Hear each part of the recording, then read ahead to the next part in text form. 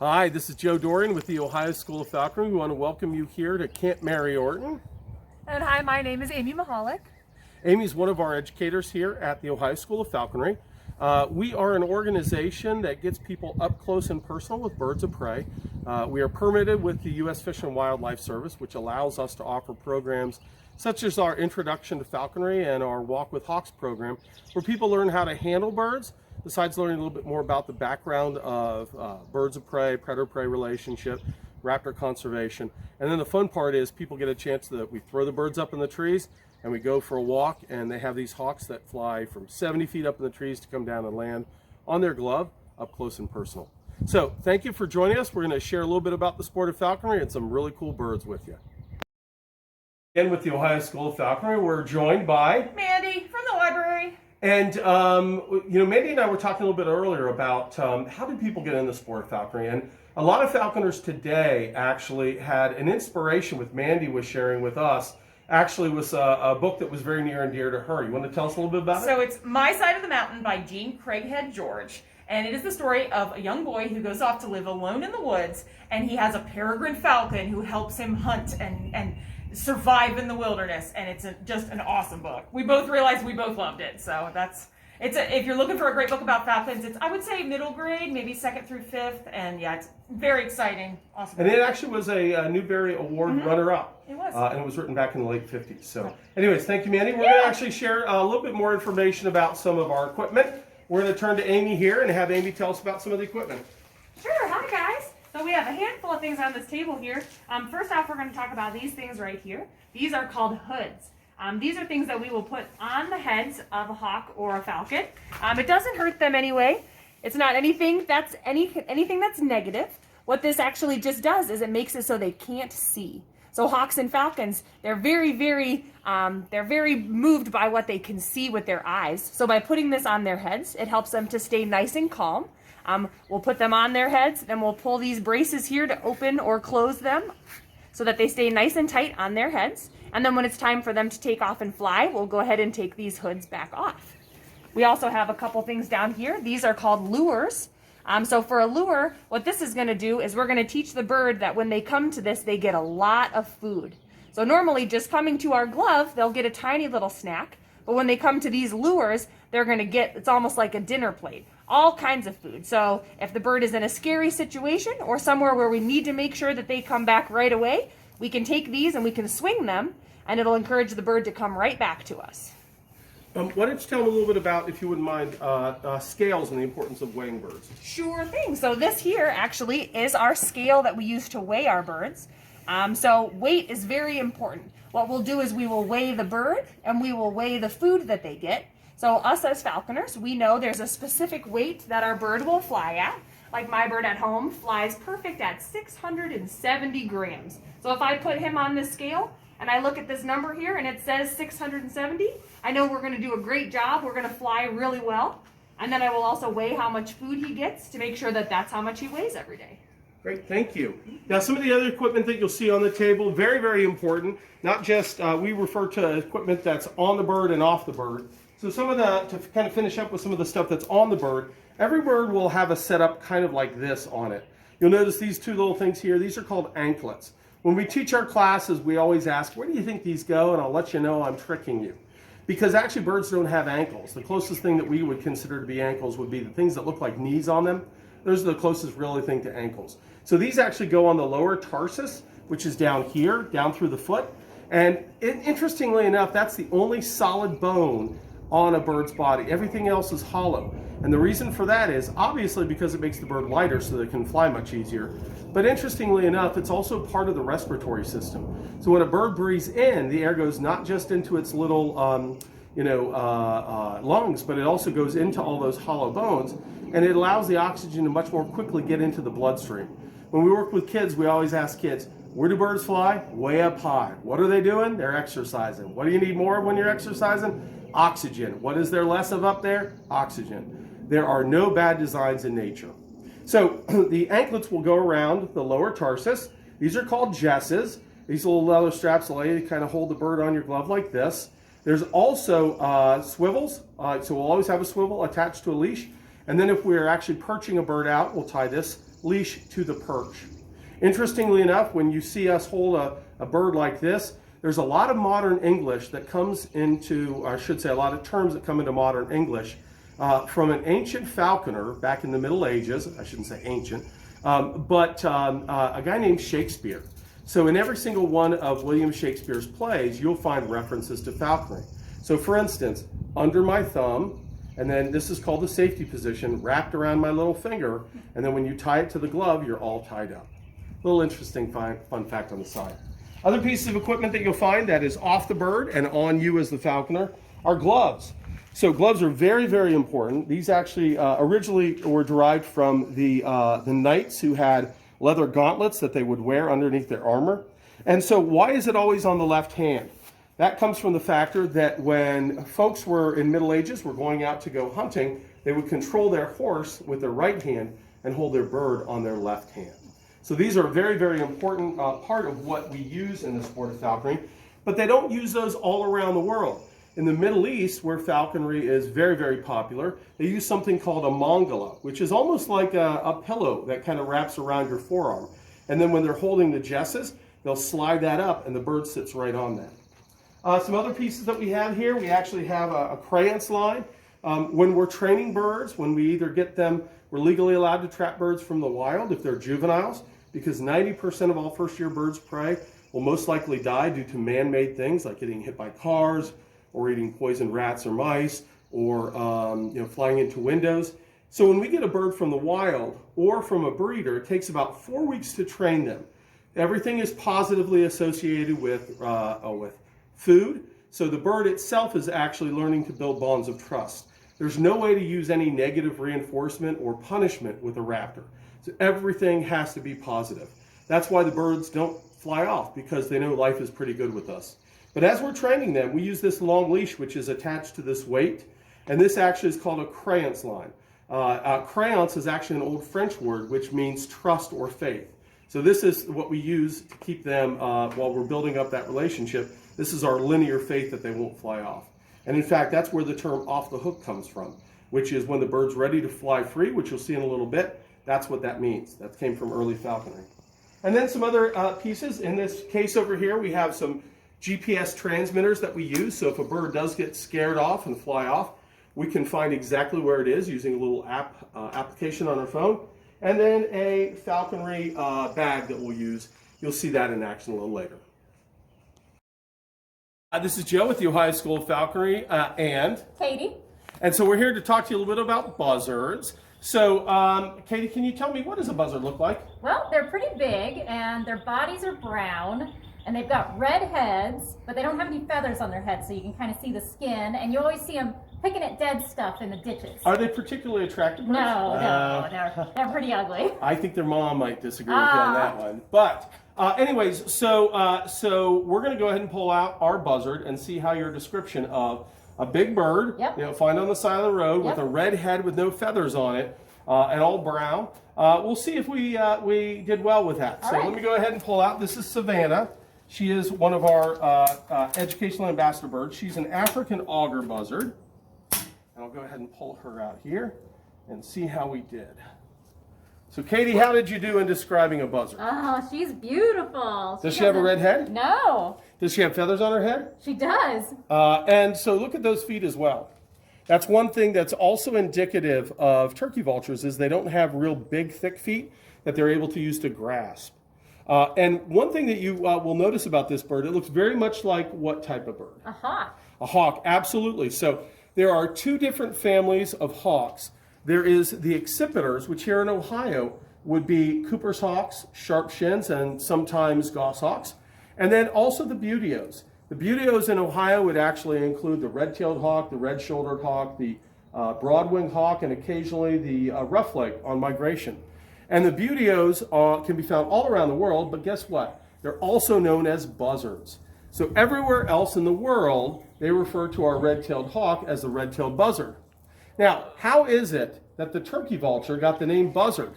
Well, we are the only place in the world here in the United States that incorrectly refers to vultures as buzzards.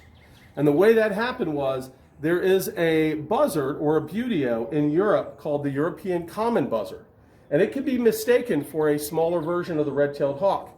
And so in Europe, while there are vultures, there's not a lot of them. So the European common buzzard, whoops, there goes poop. So hawks can actually projectile poop up to 7 feet. Wow! Yes, usually owls and falcons actually poop straight down.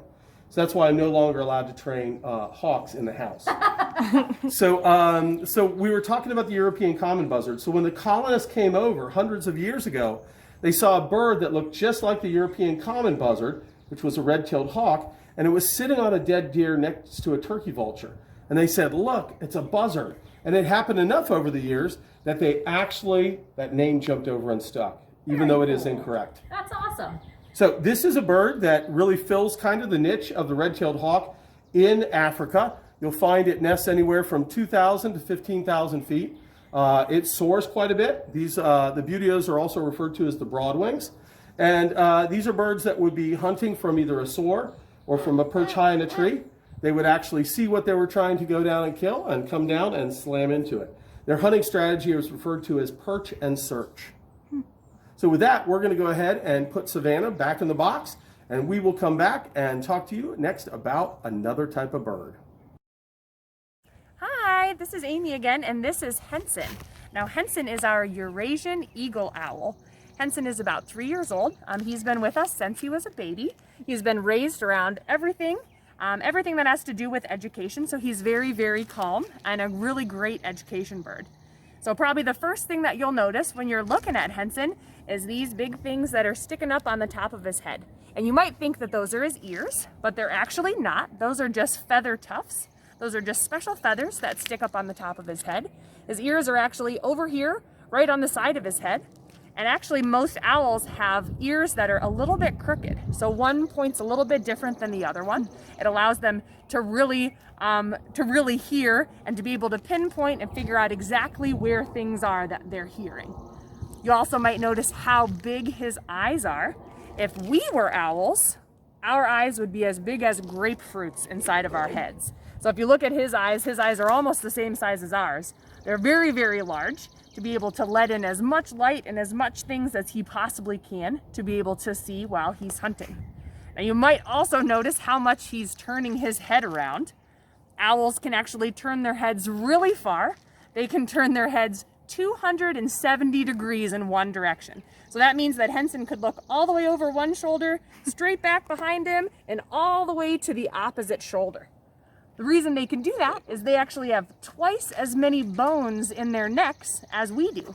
We have 7 bones back here that help us to move our neck around.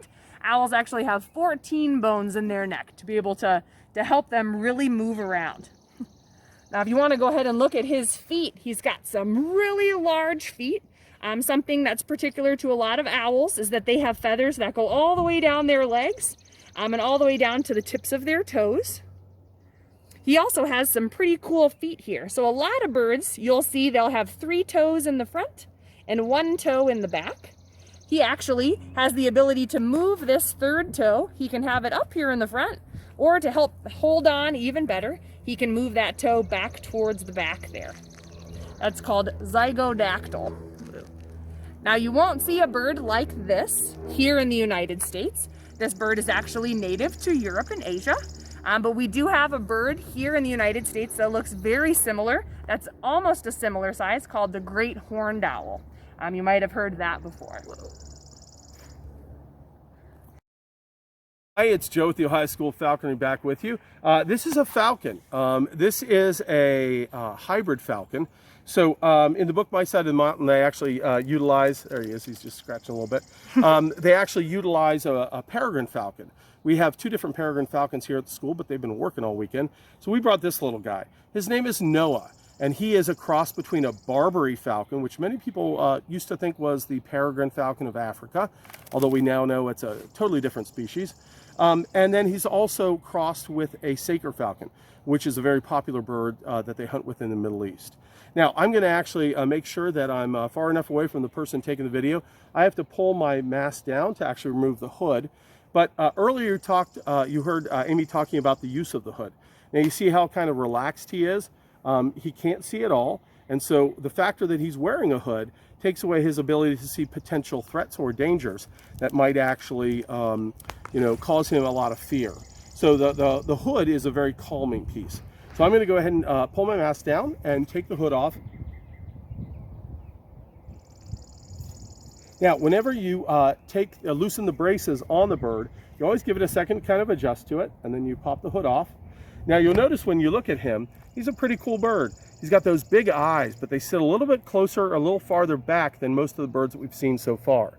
That's because falcons are pursuit critters. They are going to actually chase down what it is that they hunt versus things like the hawk that we saw earlier or the owl, which will sit in a tree and wait for something to walk into view.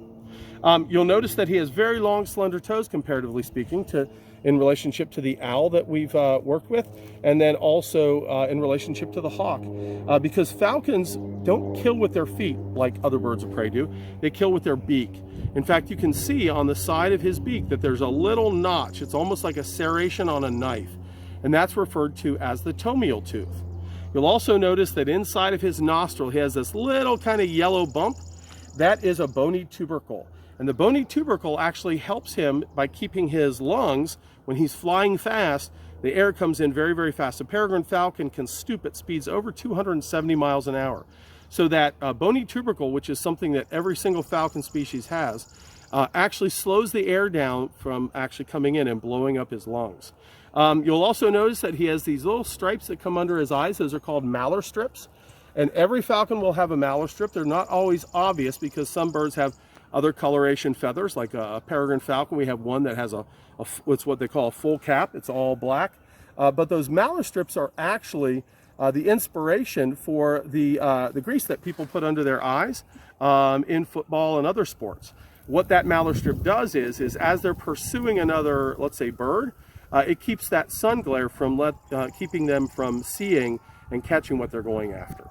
I'm going to go ahead and actually, and another thing, the bony tubercles in their nose actually were the inspiration for the nose cone on front of jet engines, because the early jet engines kept stalling.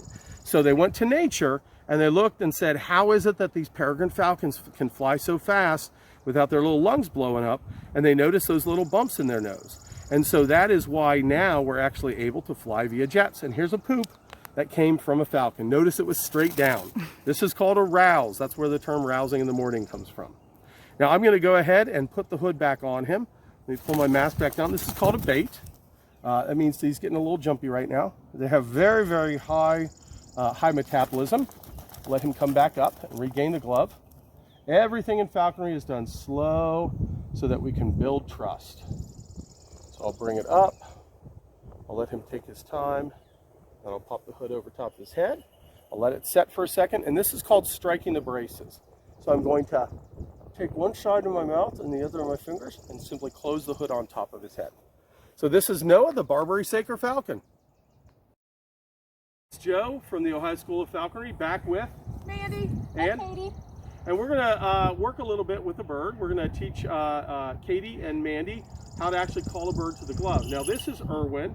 Irwin is a male Harris's hawk. Harris's hawks are native to the desert Southwest, so the deserts of southern Arizona and New Mexico, parts of Texas. They are the most intelligent of all birds of prey. They actually have the same level of intelligence as about a crow, which some people recently have said is about that of a 7-year-old kid. Now on his leg, we were talking earlier about transmitters and how we can find a bird if it gets spooked. So this is a little radio transmitter that we actually can use. It's similar to a radio transmitter that would be on a bear or a wolf on a collar, but this one is actually much smaller. So we can actually track this bird within 30 miles line of sight. So I'm going to go ahead and take the bird off the hook, as we talked about a little bit earlier. So the bird's going to be kind of free, and we're going to throw him up in a tree. And he'll fly up in the tree. Now, ladies, what we're going to do is when you call a bird to the glove, don't raise your glove yet because he's already airborne. But I'm going to have you step up, and then I'm going to have you make a fist with your glove, and then I'm going to have you raise it straight out in front of you. And then what we're going to do is we're going to have him fly right back down to us. See how he's already ready? He's ready. He's like, I'm hungry. He is ready. Now, we're using little bits of chicken. Okay, now, are you ready? I'm ready. Okay, so face me. Okay. Okay, make your fist. Okay. And raise it straight. Oh, I did it too soon. So that's why we say we don't want to do that. Piece of chicken. So let's go ahead and turn this way. This is where you salvage the shot. See right here? Okay. So face me. Okay, you ready? Yep. All right, make your fist. Made Look my up fist. towards your bird. Up, so you raise it too high. See how you had like this? Yeah. Okay, so let's try this again. You want us to start from the beginning? Or? This bird and I are going to be very good friends. Okay, you ready? Look at Yes. your bird. Look straight up and out towards me.